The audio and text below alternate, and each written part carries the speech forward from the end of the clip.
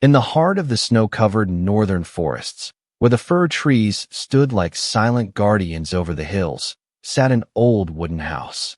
The locals called it the Lost House, and it was Emily's sanctuary. Emily, a 28-year-old artist with a wounded soul, had fled the chaos of the city 3 years ago. Every strand of her dark hair and every line on her forehead told a story of a broken heart and a shattered artistic dream. She spent her days painting cold, snowy landscapes and portraits of solitude, but no one ever saw her work, and perhaps she didn't want them to. At night, the ghosts of her past would return, stealing the sleep from her eyes. One winter evening, a relentless blizzard buried the forest in an eerie silence. Emily sat by the fireplace, the smell of burning wood and half-finished paintings her only companions.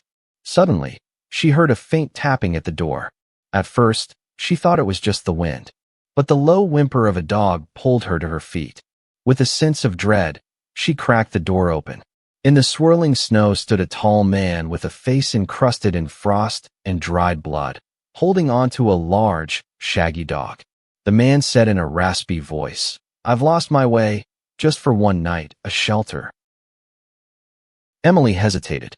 Strangers in these woods usually meant trouble. But the dog's gaze, a pleading look that mirrored the reflection she saw in her own mirrors, forced her to open the door.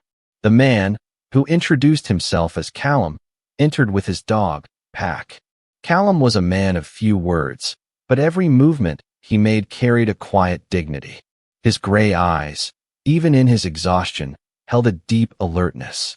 He claimed to be an amateur hiker who had been caught off guard by the storm. One night turned into 3, then a week. The storm refused to let go, and the roads remained blocked. Emily found herself playing host to these 2 uninvited guests.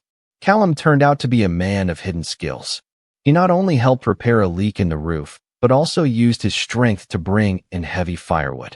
He noticed Emily's silent struggle. Her paints were old, her canvases reused, and her clothes were worn. Yet, he said nothing. He only watched, his eyes seeming to read the entire story of her life. Every day, Callum spent hours looking at Emily's paintings. Sometimes he would smile, and other times he would stare at the details with profound intensity. "You see colors in a way no one else does, Emily. These aren't just paintings, they are pieces of your soul." These simple words fell like a gentle rain on the dry desert of Emily's spirit. It had been years since she had heard such encouragement. Pack, the dog, became her loyal friend, breaking the silence of the lost house with his warm presence. Callum never spoke of his past. He only said he was searching for peace. Emily sometimes felt he was more than a simple hiker.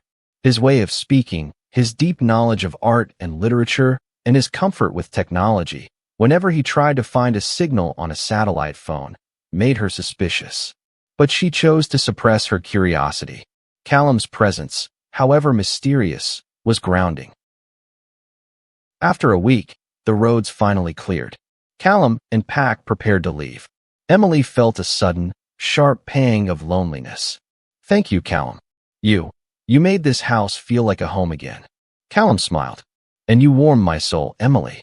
He handed her a small card. "If you ever decide to show your paintings to the world, call this number. Maybe I can help." Emily took the card. It had a simple phone number and just one name, Callum. Weeks later, on a crisp spring morning, Emily received an email. It was from the prestigious Art Vision Gallery in the capital. They were inviting her to showcase her work. Emily couldn't believe it. Who had seen her paintings? She had never shown them to anyone.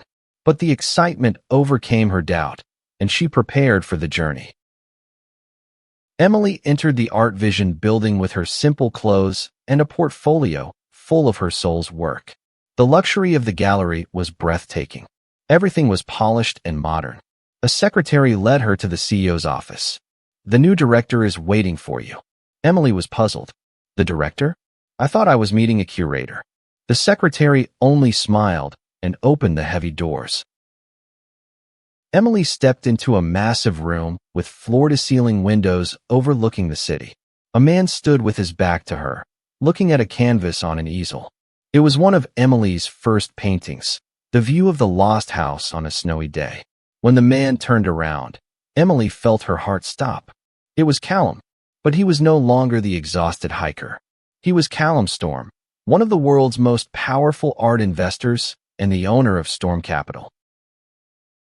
Callum smiled. "Welcome to Art Vision, Emily. I think it's my turn to be the host." Emily was speechless. "How? Why did you do it?" Callum explained that for years, he had been searching for authentic artistic talent. He felt that the world of art and investment had lost its human roots. He decided to live as an ordinary man, hiding his identity to enter the lives of artists who were struggling in the shadows, hoping to find pure art. He went to places that looked like they needed help, but in reality, he was looking for the souls that had been ignored. "You don't just have incredible paintings, Emily. You have a great heart. You gave me shelter when you thought I had nothing to give back. I was looking for someone who could transform this gallery with their spirit, not just their fame. Someone like you." Callum didn't just exhibit Emily's work. He invited her to work alongside him as the head of talent discovery. Emily's life began anew. She was no longer alone. The lost house was no longer just a place, but a symbol of a distant past that had led her to this brilliant future. Emily learned that the greatest inspirations often appear in the darkest moments, and that unconditional kindness always finds its way to the highest reward. This time, the reward was not just fame or fortune, but an inner peace she had sought for years, a peace she found again in Callum's eyes and the warmth of a loyal dog.